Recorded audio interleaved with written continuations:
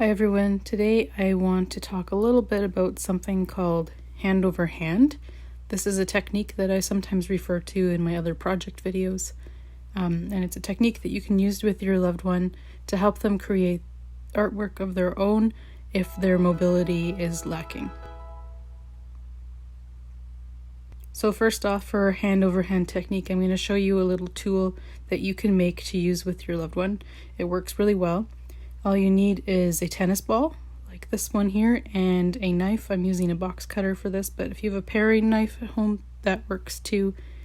And the tennis ball is just one that I picked up at the dollar store out of the pet aisle, so that's why you see the little paw prints on there.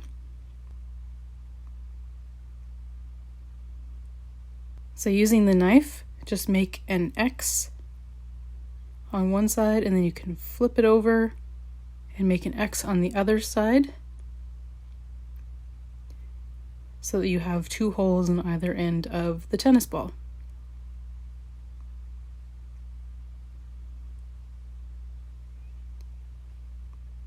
Once you have the holes, you can poke a paintbrush or a marker or a pencil, whatever you're using to create art with, through the tennis ball.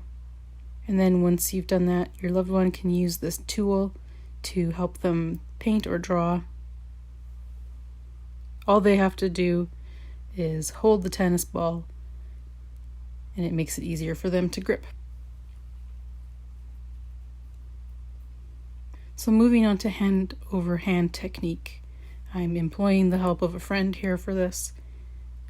So they are holding the tennis ball, and then I am using my two hands cupped over top of theirs to move their hand between the paint and the water and the paper that they are painting on.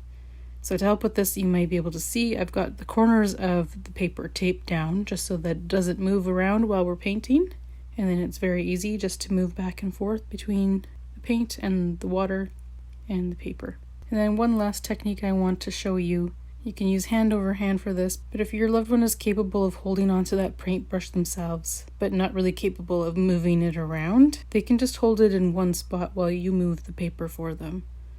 So I'm just demonstrating that here with my friend.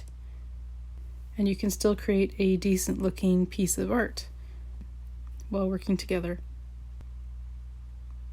And as a side note for painting with hand over hand, I really like using the tempera pucks for this technique, just because it gives a bigger landing pad for you to aim for when you're going between the different paint colors.